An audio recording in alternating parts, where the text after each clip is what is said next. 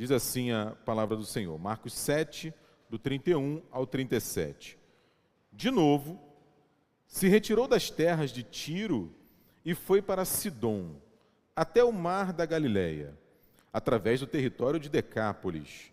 Então lhe trouxeram um surdo e gago, e lhe suplicaram que impusesse as mãos sobre ele. Jesus, tirando-o da multidão, à parte, pôs-lhe os dedos nos ouvidos e lhe tocou a língua com saliva. Depois, erguendo os olhos ao céu, suspirou e disse, Efatá, que quer dizer, abre-te. Abriram-se-lhe os ouvidos e logo lhe soltou o empecilho da língua e falava desembaraçadamente. Mas lhes ordenou que a ninguém o dissessem. Contudo, quanto mais recomendava, tanto mais eles o divulgavam. Maravilhavam-se sobremaneira, dizendo, tudo ele tem feito esplendidamente bem. Não somente faz ouvir os surdos, como falar os mudos. Feche seus olhos, vamos ter mais uma palavra de oração. Obrigado, Deus, porque tens concedido a cada um de nós fôlego para celebrarmos ao teu nome. Nós cantamos o que é o nosso desejo, cantar, celebrar o teu amor para sempre. E agora, Pai, permita-nos celebrar o teu amor através da tua palavra. Fala ao nosso coração, Deus, em nome de Jesus. Amém. Jesus realiza milagres, meus irmãos e irmãs. Amém? Ele realiza milagres. Eu e você somos testemunhas disso. Sem dúvida, se fôssemos abrir aqui para cada um de nós falarmos da nossa experiência, teremos muito o que dizer da presença, do cuidado, do milagre de Deus na nossa vida. Aliás, dos milagres que Ele já realizou. Mas não é apenas isso, né? Ele não é apenas um mágico da lâmpada que realiza feitos extraordinários à medida que a gente se achega até Ele. Jesus se importa. Jesus se importa com cada um de nós. E esse é um dos textos da Bíblia em que a gente vê esse interesse singular de Jesus em cada um de nós. Não apenas naquelas pessoas que ele encontrou no passado, mas como esse interesse singular de Jesus se revela a cada um de nós também. Porque ele não está preocupado apenas em resolver os nossos problemas. Não é? Infelizmente, muitas vezes a gente vê a figura de Jesus como um resolvedor de problemas. Né, um facilitador, como a gente costuma dizer hoje em dia. Né? Você vai para um encontro, você vai para uma palestra, e aí o pessoal fala, o facilitador vai ser o fulano de tal. E às vezes a gente acha que Jesus é isso. Né? Ele está aí para facilitar a nossa dificuldade com dinheiro, a dificuldade que eventualmente a gente tem com a nossa saúde, a dificuldade que nós temos na nossa casa e na nossa família. E eu insisto, ele pode fazer isso? Pode. Tanto que começamos aqui a nossa palavra, lembrando exatamente isso. Ele realiza milagres, mas eu quero chamar a sua atenção que ele não faz apenas isso. Como a gente vai ver no texto, aqui com um pouquinho mais de cuidado, ele se aproxima da gente. Ele fala com a gente. Ele nos toca. E o toque dele e a palavra dele transforma a nossa vida. De modo que eu e você, eventualmente antes, surdos para ouvir a sua voz, eventualmente mudos para falar desembaraçadamente aquilo que ele tem feito e nós temos testemunhado, ele nos permite ouvir e falar. Então, como eu sempre tento fazer aqui, a gente vai tentar entender um pouco do texto, um pouco do contexto e aí recolher dele algumas lições. A gente está no Evangelho de Marcos, e o Evangelho de Marcos ele tem uma característica singular em relação aos outros evangelhos, principalmente o de Mateus e de Lucas, que são os evangelhos sinóticos, e o Evangelho de João. Jesus não para. Jesus está sempre em movimento. Se você chegar lá no capítulo 1, você já vai ver Jesus caminhando, pregando, iniciando o seu ministério, realizando milagres, muitos milagres. E aqui no capítulo 6, a gente está mais ou menos na metade, chegando ali na metade desse evangelho. Jesus vai começar um momento seguinte da sua pregação. Como assim? Eu botei aí, Tiagão, um mapa lá de Israel, que você vai encontrar em qualquer Bíblia, provavelmente na sua Bíblia tem lá no final, não sei se está dando para enxergar, né? Aqui embaixo, só para a gente ter uma ideia do texto que a gente leu, está vendo a setinha azul? Ali é a região de Jerusalém, é onde Jesus fica muitas vezes e na maior parte do tempo. Lá em cima, um cinza meio azulado. Desculpa, tá, gente? Eu sou daltônico, então vai que é cinza, vai que é azul, eu não sei. Né? Lá em cima, mais claro, é a região da Galileia, que era uma região assim, mais apartada da capital, era uma região mais interiorana, onde ele vai chamar os seus discípulos, onde ele vai fazer muitas coisas, muitos dos seus milagres naquela região. No texto que a gente leu, ele está saindo lá de cima. É mais ou menos assim uns 300 quilômetros, 200 e poucos quilômetros de distância, lá em cima, que é a região de Sidom. No nosso texto, ele está saindo de Sidom e vindo aqui pela direita para a região de Decápolis, que é a seta verde. Então eu fiz esse exercício geográfico, não é? Só para a gente se localizar. De repente você já sabe, não é? Para quem não sabe, fica ali a informação para a gente ter assim, uma noção mais ou menos do que está acontecendo. Até o capítulo 6 do Evangelho de Marcos, Jesus se concentra ali na seta azul e na seta cinza, que é a região de Jerusalém e da Galileia. E as multidões são a referência. Eu convido você a fazer esse exercício ao longo da semana. Pega o Evangelho de Marcos, começa a ler ali do início, do capítulo 1, você vai ver a todo momento Jesus se encontrando com as multidões. As multidões estão em destaque. Jesus começa a ganhar corpo, a ganhar notoriedade. Né? O ministério dele começa a crescer a partir dos milagres e da pregação dele. A partir do capítulo 7, repare, se você está com a Bíblia aberta aí, eu peço que você volte os olhos para a sua Bíblia. A partir do capítulo 7, a gente vê algo que vai acontecer muitas vezes, até culminar na sua morte. Ele começa a sofrer perseguição. Olha aí o capítulo 7, versículo 1. Reuniram-se a Jesus os fariseus e alguns escribas vindo de Jerusalém. Por quê? Porque o ministério de Jesus, naquela região de Jerusalém e da Galiléia, estava chamando atenção para o bem e para o mal. Chamando a atenção de gente que queria ter a vida transformada, que queria ver o milagre na sua história, mas incomodando também os religiosos do seu tempo. Muitas vezes, lamentavelmente, que se limitavam ali a uma religião mais formal, uma religião de aparências. E eu quero chamar a sua atenção para um detalhe. Da onde que eram esses fariseus e esses escribas? Eles eram de Jerusalém. Eles não eram da Galileia. Eles não eram de uma cidade menor, mais distante da capital. Provavelmente eram os principais, ali numa delegação, que foram até lá para poder enfrentar Jesus. Mas, sobretudo, numa questão relacionada à tradição judaica. Era a tradição da purificação, que a gente sabe que era muito importante para o povo judeu naquela época, que aparentemente os discípulos não estavam cumprindo. O texto diz, aí no versículo 24 do capítulo 7, que Jesus se levanta e sai dali, e vai para a região de Tiro e de Sidom. Ele vai lá para aquela região norte de Israel. Qual é a ideia de Jesus? E aí qual é o exercício que você pode fazer? A partir do capítulo 7, ele se volta mais para os seus discípulos. As multidões que até então dominavam o cenário e o ministério de Jesus, passam a ficar mais raras. Não é que elas desaparecem, mas Jesus começa a falar diretamente aos discípulos. Por quê? Porque ele percebe que o seu momento está chegando.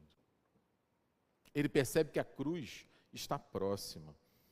Ele percebe que vai chegar o momento daquele embate final em que ele não vai poder mais sair e passar no meio deles. Ele vai ter de fato que enfrentar a cruz. E é importante para os discípulos receberem o seu ensino, a sua palavra, o seu conselho. Por isso, lá na cidade de Sidom, ele realiza um milagre extraordinário. Se você passar os seus olhos aí, você vai ver.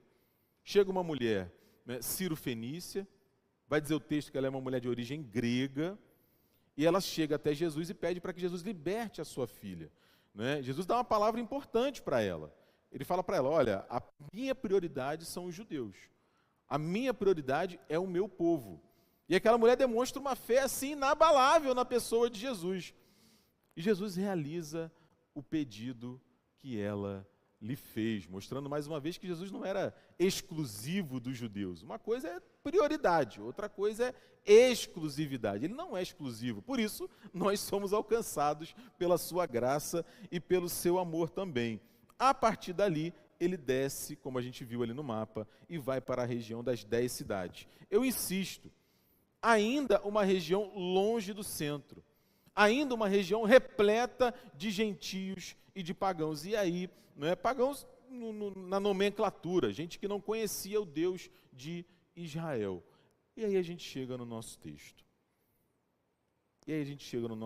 Nos versículos 31 a 37. E eu quero chamar a sua atenção, não apenas para o milagre que Jesus vai realizar, mas na maneira como ele faz isso. À medida que a gente for conversando aqui, pense nisso. Na maneira como Jesus realiza esse milagre. Veja os versículos 31 e 32. Como eu falei, ele chega naquele lugar, chega naquelas cidades e vai um grupo até ele. Provavelmente uma multidão. Não é? E eles sabem quem Jesus é. O nome dele corre pelos povoados. E eles chegam até ele com um rapaz que é surdo e gago. No mínimo tinha ali dificuldade para falar. Imediatamente eles pedem o que para Jesus? Que Jesus imponha as suas mãos sobre ele. Eu quero fazer uma pausa aqui rapidamente com vocês para a gente pensar um pouco sobre isso. Nessa questão do impor as mãos. Né? Impor as mãos era algo muito importante na cultura judaica. Nos dois aspectos. Tanto no aspecto negativo quanto no aspecto positivo. Como assim, Diego? Não é? Pensa comigo, lá na Torá, lá no Antigo Testamento, sobretudo no livro do Levítico, várias vezes o autor bíblico vai relatar aquele símbolo dos sacerdotes transferindo simbolicamente o seu pecado, o pecado do povo sobre os animais. E aquela transferência, eu insisto, simbólica, não é? Era um ato que trazia o perdão de Deus sobre o seu povo. Às vezes o animal, dependendo do sacrifício, da cerimônia, era mandado para fora do arraial. Às vezes ele era sacrificado. Mas a ideia é que é uma conotação negativa. Não sei se estou me fazendo entender. Não é? Talvez a palavra de João Batista nos ajude aqui. Porque João Batista vai dizer que Jesus é o quê? O Cordeiro de Deus que tira o pecado do mundo. De forma espiritual, o meu pecado e o seu pecado, a gente acabou de cantar, recaiu sobre Jesus, foi transferido para Jesus. Então isso era algo que estava no imaginário do povo naquele tempo, mas não apenas isso, não apenas no sentido negativo, também, e esse é o que a gente está mais acostumado, no sentido positivo. Várias vezes isso vai acontecer no texto sagrado, tanto no Antigo quanto no Novo Testamento, que trazia aquela ideia de uma transferência de bênção, de forma simbólica, uma transferência de poder, uma transferência de autoridade. Você vai se lembrar do apóstolo Paulo falando para o Timóteo: Timóteo, não despreze o dom que há em você, que te foi concedido pelo presbitério por imposição das suas mãos. E aí eu peço licença, Tiago, me ajuda aí de novo, não é? Que eu lembrei disso aqui, ó. Vai fazer 10 anos já, gente. Olha isso, vamos ver se vai aparecer ali. Olha lá. É porque não dá para ver um rapaz bonito ali de costas, entendeu? O rapaz bonito de costas sou eu. O que o presbitério está fazendo? Está impondo as suas mãos num gesto simbólico de bênção, de consagração. O que está acontecendo ali? Eu estou sendo ordenado ao ministério da palavra e dos sacramentos. Então, é um símbolo. Então, isso é algo que ainda hoje... Obrigado, Tiago, pode tirar. Isso é algo que ainda hoje nós fazemos. Nós pegamos os nossos filhos, pegamos os nossos netos, colocamos as mãos sobre eles e os abençoamos. e os abençoamos. É isso que eles querem que Jesus faça. Senhor, coloque a sua mão sobre ele. Quando o Senhor colocar a mão sobre ele, com certeza ele vai ser curado. Quando o Senhor colocar a sua mão sobre ele, ele vai ser abençoado. O Senhor vai transferir poder, graça, unção, cura para ele e ele vai ser curado. Até aí, maravilhoso. Só que aí o texto traz um plot twist, vamos dizer assim. Eu gosto disso.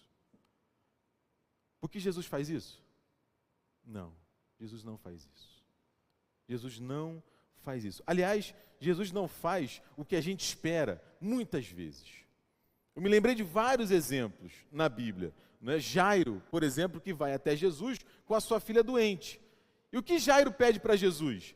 Vai até a minha casa e impõe as mãos sobre ela. E quando o Senhor impuser as mãos sobre ela, sem dúvidas ela vai ser curada. Jesus não faz isso. Pelo contrário, ele vai depois e a menina já está morta. E Jesus chega até a casa do Jairo, pega ela pela mão e fala com ela. Você lembra disso? Ele fala com ela. Daqui a pouco eu vou voltar nisso aqui. Naamã é engraçadíssimo. Não é? Ele vai lá, recebe aquela dica da menina e tal, e quando vai falar com o profeta fala para ele fazer o quê? Tomar banho. Mas não faz sentido isso, tomar banho. Porque Deus faz, às vezes, de maneira que a gente não entende. Não é? O apóstolo Paulo é interessante. O apóstolo Paulo precisou ter a experiência de sentir na sua carne um espinho para perceber que a graça de Deus era suficiente para ele. Deus não podia ter feito isso de outras formas? Sim ou não? Ele precisou passar pela experiência do espinho da carne. Por quê? Eu gosto da maneira como Jeremias coloca isso. Jeremias diz assim, Jeremias 29, 11. Eu é que sei os pensamentos que tenho a vosso respeito. Pensamentos de paz e não de mal, para vos dar o fim que desejais. Lembra que a gente falou agora há pouco, e vamos falar aqui mais um pouquinho, que tudo que Jesus faz, ele faz de forma maravilhosa, mesmo que às vezes a gente não entenda. E aqui a gente já pode recolher algumas lições, e uma é exatamente essa: não limite Deus, meu irmão. Não limite Deus. Não, porque Deus só fala desse jeito, Deus só faz desse jeito, só vai dar certo se for assim. Quem somos nós para dizer isso? Qual é a autoridade que nós temos para ter essa amplitude e a capacidade de afirmar isso? É engraçadíssimo, né? A gente vê aqui e ali o pessoal determinando que Deus faça ou que Deus deixe de fazer. E aí eu vi o reverendo Jeremias Pereira falando sobre isso, desculpe, é maravilhoso. Eu não sei se você viu isso. Ele falou, meu filho, quem é você para poder determinar o que Deus vai fazer ou o que vai deixar de fazer? Eu vou desafiar você o seguinte, você tem cachorro? Chega na sua casa e fala para ele assim, eu determino que você não lata mais. Agora você vai falar comigo. E aí, você acha que o cachorro vai obedecer? Aí ele melhorou o negócio, Tiago, melhorou. Chega em casa, meu irmão, e determina para sua esposa. Vai, Tagore, determina para Débora. Né? O que você acha que vai dar o resultado disso daí? É uma brincadeira, mas ajuda a gente a entender isso muito bem. Se a gente não é capaz de determinar algo para o cachorro e para o nosso semelhante, como é que a gente vai determinar algo para Deus que é todo-poderoso? Como é que a gente vai dizer que Ele só age se for dessa ou se for daquela maneira? Não. Por quê? Porque Ele ama a mim e a você, Ele conhece a mim e a você de forma particular, de forma individual. Ele trata a mim e a você de forma singular. Eu falei isso no começo e vou falar isso algumas vezes ainda aqui. Ele se importa comigo, Ele se importa com você. Ele se importa comigo, Ele se importa com você. É isso que Ele faz com aquele homem. E o que vai acontecer? Olha aí o versículo 33. Jesus vai chamar aquele homem de lado vai tirar ele da multidão, faz ali um procedimento, no mínimo, esquisito, né, ô Letícia? Estranho, negócio de saliva, cospe, bota a mão aqui, bota a mão ali e tal, e declara uma palavra em aramaico que quer dizer abre-te, né, que é o famoso efatá. E aí, eu quero pensar um pouco com vocês aqui nas ações de Jesus, nas atitudes de Jesus. O William Hendrickson, que é um comentarista bíblico, ele analisa isso aqui de forma muito detida, e eu quero pensar a partir do que ele propõe sobre isso. A primeira coisa que Jesus faz é o quê? Ele tira o homem da multidão. Ele tira o homem da multidão. Por que ele faz isso? Eu fiquei pensando. Né? E é interessante porque a gente vive hoje, e você deve reparar isso, não é? Na sociedade do espetáculo. Não é? Se não me engano é o Guy Debord, que tem esse livro da década de 60, que tem exatamente esse título, né? A Sociedade do Espetáculo. E ele fez uma leitura maravilhosa há 70 anos atrás, sem imaginar que nós teríamos Instagram, Facebook e outras coisas. Porque todo mundo quer ser visto. E não apenas quer ser visto, mas quer ver. A gente vive um fenômeno interessantíssimo, em que, com o perdão da consideração, mas às vezes eu acho estranho, a pessoa expõe a sua vida ao limite. Desde as melhores coisas até as piores coisas. Não sei se estão me fazendo entender. Tudo é motivo para ser exposto na esperança, na expectativa de ser visto, de ser curtido e de ser compartilhado, para o bem e para o mal. Eu não sei quanto a você, mas eu vi uma pesquisa há muitos anos atrás, eu não vou lembrar a posição agora, mas por incrível que pareça, as pessoas têm mais medo de falar em público e de serem vistas e observadas do que de morrer. Você sabia disso?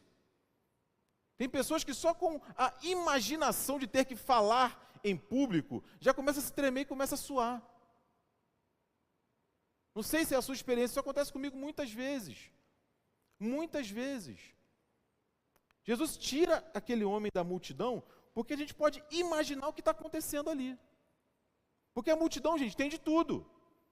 Tinha gente que não tinha dúvidas de que Jesus ia curar aquele homem, e estava ali na expectativa. Provavelmente tinha gente de olho olhando, né? Desculpe a redundância, né? De olho observando, né? E o que vai ser isso aí? Será que vai dar certo? Será que não vai dar? Será que ele vai conseguir? Será que não vai conseguir? É bem possível, a gente acabou de falar isso aqui agora, que tinha gente observando para poder reportar depois lá aos fariseus e aos escribas, sem contar o próprio homem, que provavelmente ia virar ali um espetáculo.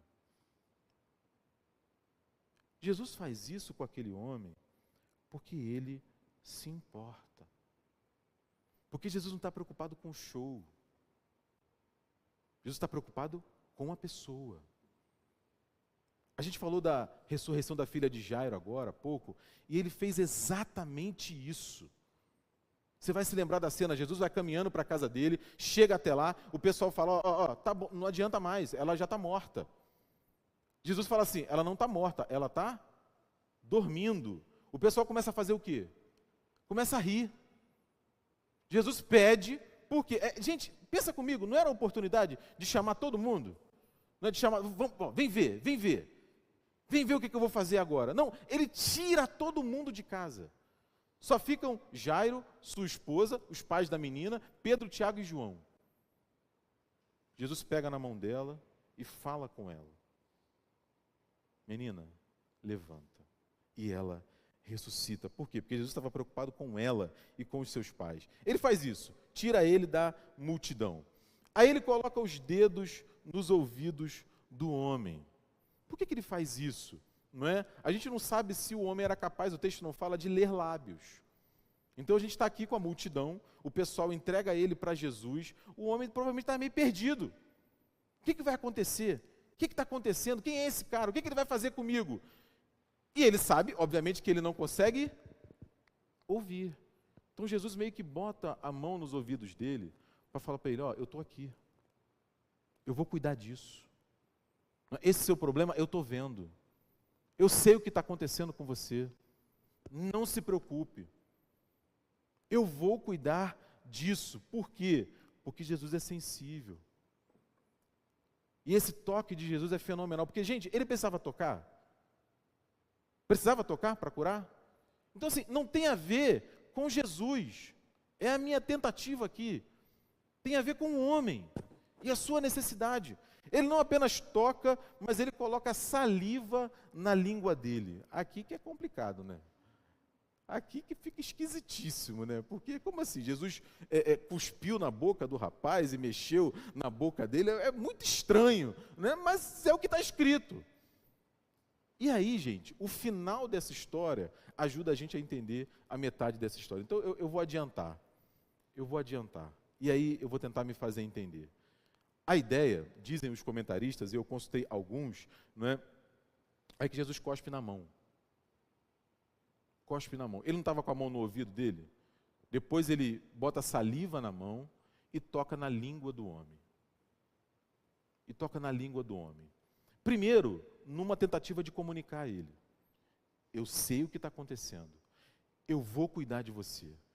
Eu vou resolver isso.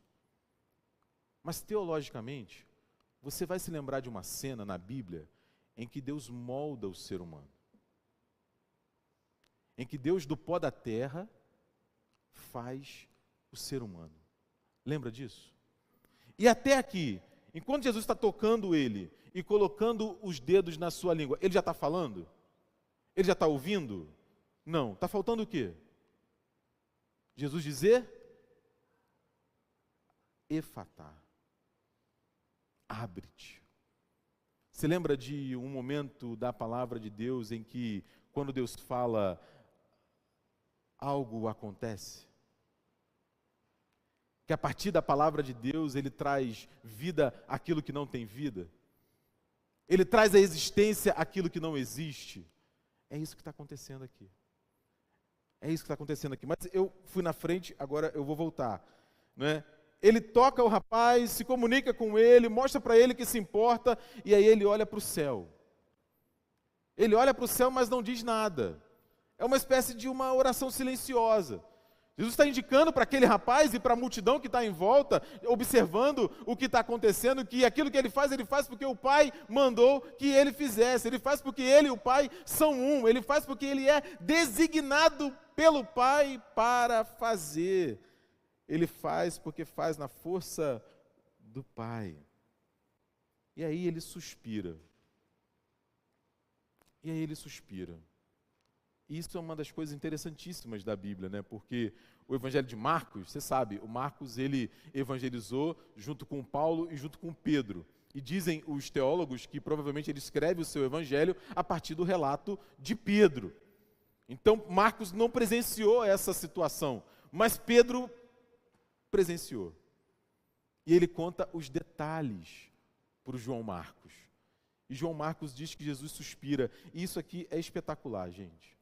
Porque essa é assim, vamos dizer assim, uma prova inconteste do que eu estou tentando dizer até agora.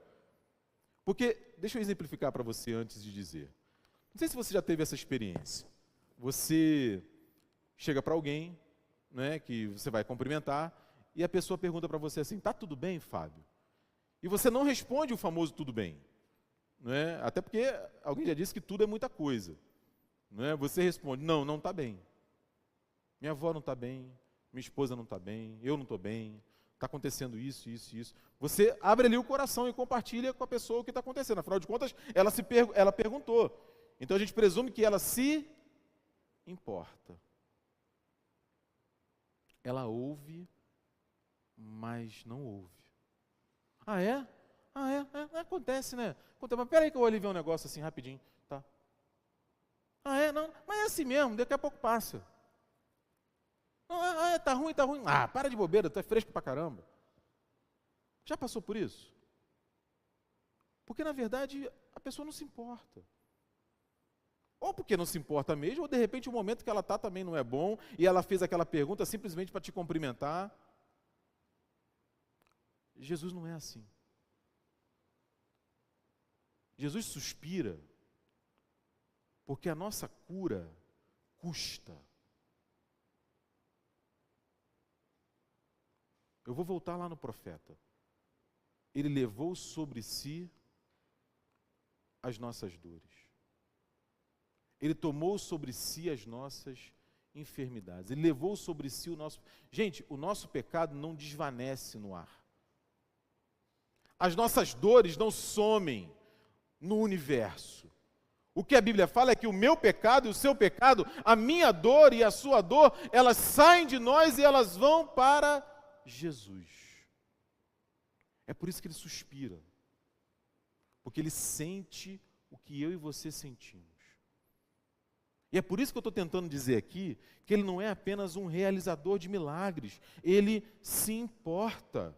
Ele não é indiferente.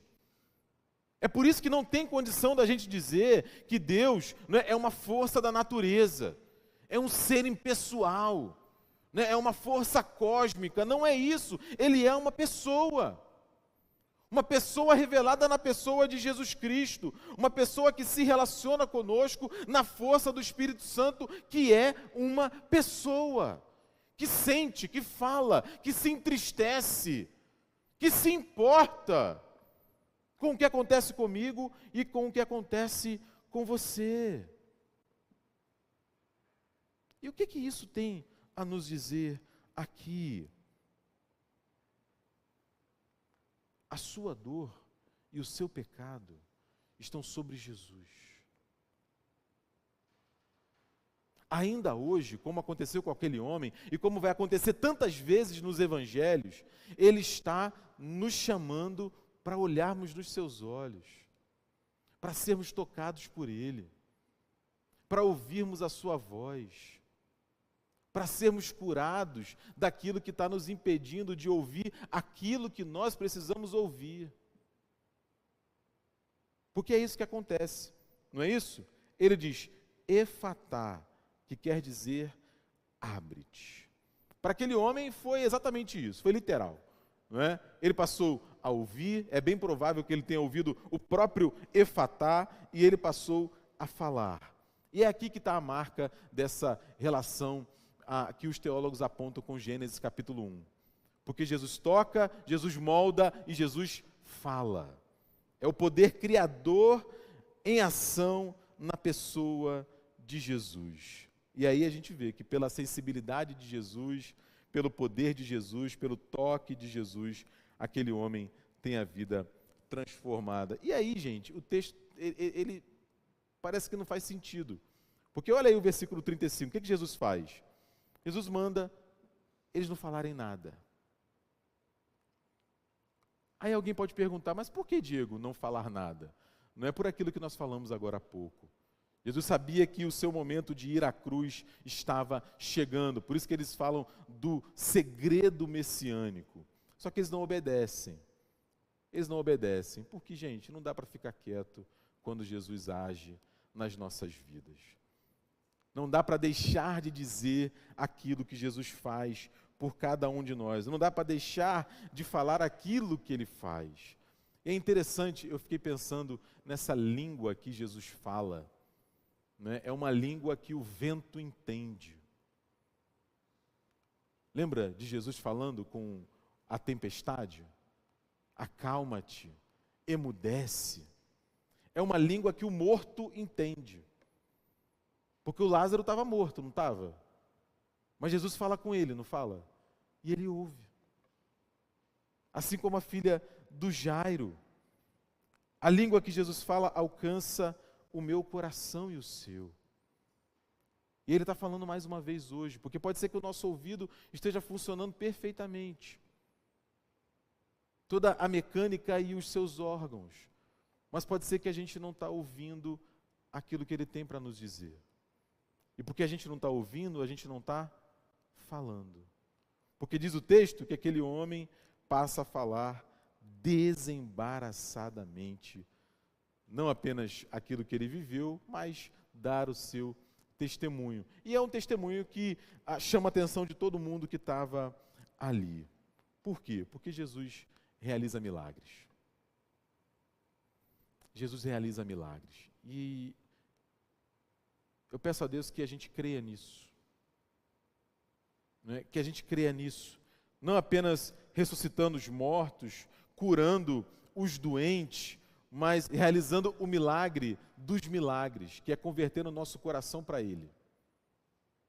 Que é convertendo o nosso coração para Ele. Por isso, eu quero lembrar para mim e para você, em primeiro lugar, nós não podemos limitar Deus. Não podemos colocar Deus na nossa caixinha e imaginar que Ele só age de acordo com a nossa experiência, de acordo com aquilo que a gente já leu, ou já conhece, ou já viu. É interessantíssimo isso. É interessantíssimo isso. Não, a gente não precisa viver dessa maneira, porque Ele faz infinitamente mais do que a gente pensa, do que a gente pede, do que a gente merece. Ainda hoje Deus está desejoso de tocar a minha vida e a sua. De tocar não apenas os nossos ouvidos, a nossa boca, mas tocar a nossa vida como um todo. De curar o nosso corpo, curar a nossa mente, curar o nosso coração. Para que a gente faça como esse povo, porque é interessante. Eles passam a compartilhar, a declarar aquilo que Jesus havia feito. Não apenas por aquele homem, mas certamente na vida deles também. E eu e você somos chamados para isso ainda hoje, para compartilhar aquilo que Deus fez e aquilo que Deus faz. Que a gente ouça Deus falando para nós, efatá. Libere os nossos ouvidos, libere a nossa boca e que o nome dele seja glorificado. Amém? Amém? Feche seus olhos, vamos orar.